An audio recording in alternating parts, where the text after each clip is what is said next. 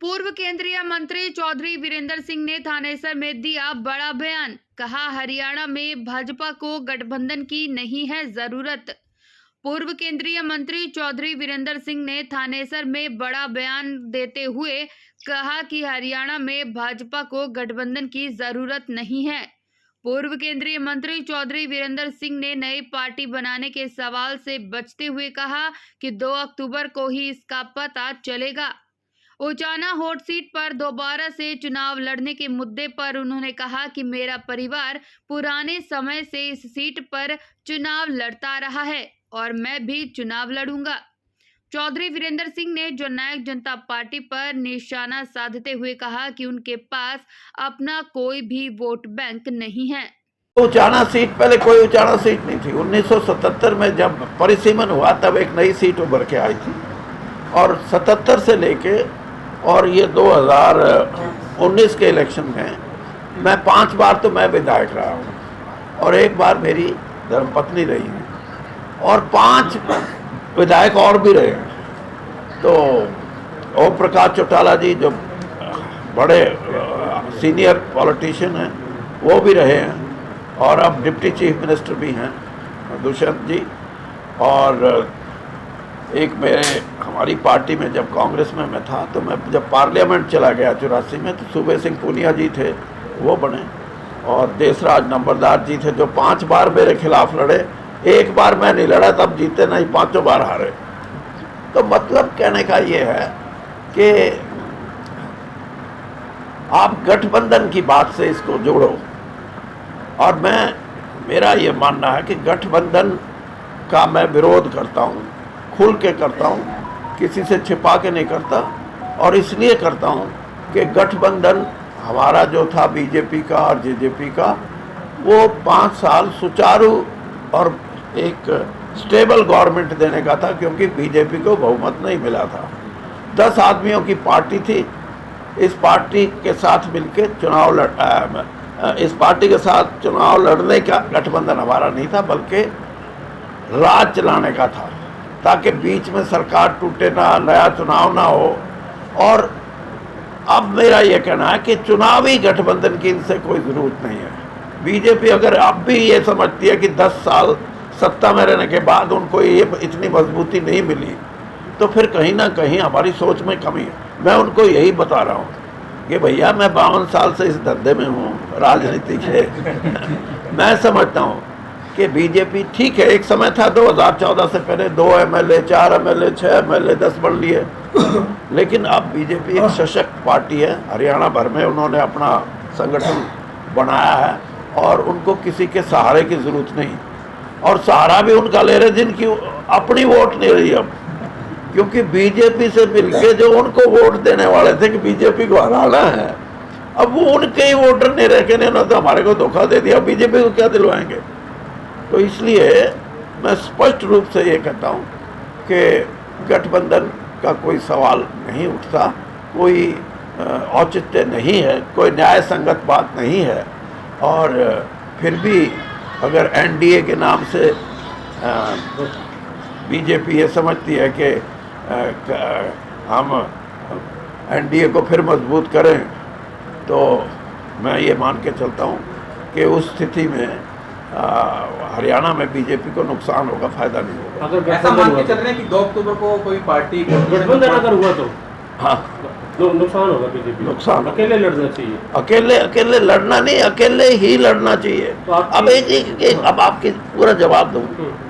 जब 10 की 10 parliament seat जीतते हैं और हर सीट पे 3 लाख से ज़्यादा का मार्जिन है 1 करोड़ तक की सीट को छोड़ के, तो कहाँ बीजेपी में कमज़ोरी है? कमज़ोरी सिर्फ इस बात की है कि कहीं ना कहीं हमारी रणनीति में कमज़ोरी थी। रणनीति ये थी, वो क्या एक यात्रा चलाई थी ना, क्या नाम था, जन आशीर्वाद यात्रा। और जन आशीर्वाद, उसमें 20-20 कैंडिडेट खड़े हो गए, टिकट तो एक को मिलनी थी, 19 ले गया, इसको ठोको।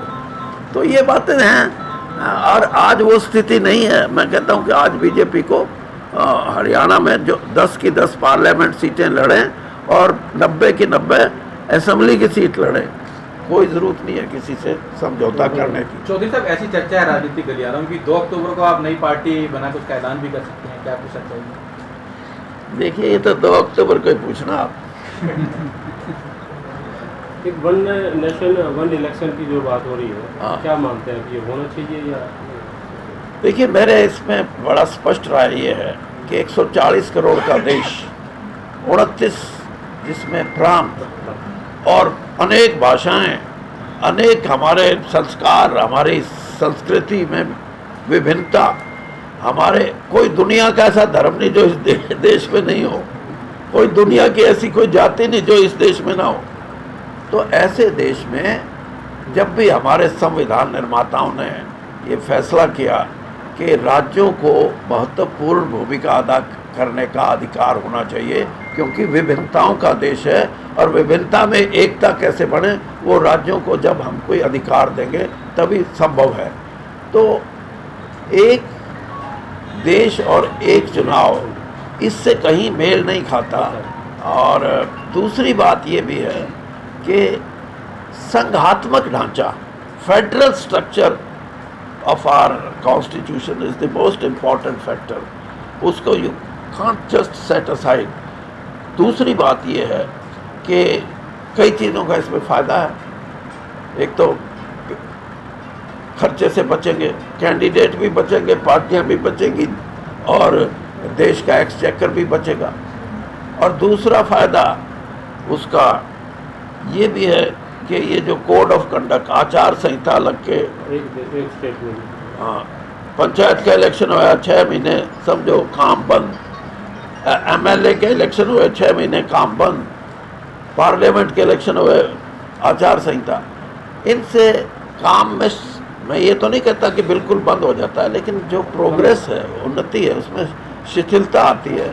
और ये किसी भी प्रोग्रेसिव वेंचर के लिए, देश के लिए रुकावट है। और इसकी मैं एक सबसे बड़ी मिसाल आपको देता हूँ कि 1989 से लेकर 2014 तक इस देश में 24-25 साल पार्लियामेंट, क्या बोलते हैं उसको, जो मेजॉरिटी ना हो,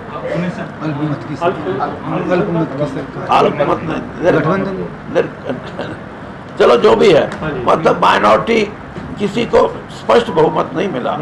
और स्पष्ट बहुमत ना मिलने से बहुत सी ऐसी समस्याएं पैदा हुई, सरकारें चली, लेकिन एक एमपी की पार्टी भी ये कहती थी मेरे से सपोर्ट लेनी है तो मेरे को मंत्री बनाओ। और फिर ये भी कहते, मंत्री बनने के बाद ये भी कहता था कि मेरे को लॉ मिनिस्टर बनाना है, दूसरा तो ये कहीं ना कहीं ये एक पार्लियामेंट्री डेमोक्रेसी का ब्रांच है जिसको हमारे को प्लग करना चाहिए। और इसीलिए मैं ये कह रहा हूँ कि जो ये चुनाव की पद्धति है, इसमें आप ये मान के चलें और आप ये सवाल मेरे से ना पूछें।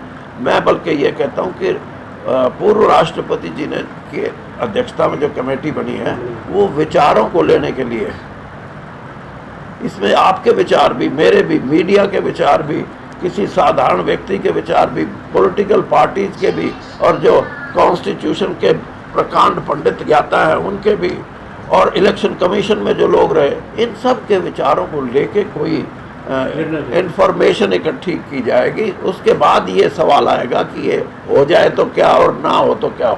मगर कांग्रेस के नेता है अधीर रंजन चौधरी, वो छोड़ चुके हैं, रात ही लेटर लिख दिया उन्होंने अमित शाह जी को, मैं इस कमेटी में नहीं रहना चाहता। अमित शाह जी को लिखा? हाँ, अमित शाह जी को लिखा। पता नहीं, खैर ठीक है, उनका रवैया ये है। तो वो यानी अगर कमेटी में नहीं है तो इसका मतलब कमेटी बनने के लिए वो उनकी सहमति नहीं। दूसरी बात यह है कि अगर नहीं भी सदस्य हो तो सभी पॉलिटिकल पार्टीज अपनी अपनी सलाह तो देंगी, उसमें दें। लेकिन मैं ये मानता हूँ कि इस कमेटी के गठन को आप 2024 के चुनाव से जोड़ना या किसी और बात से जोड़ना, ये अभी अभी है नहीं, ये सब भावना मुझे नहीं लगती।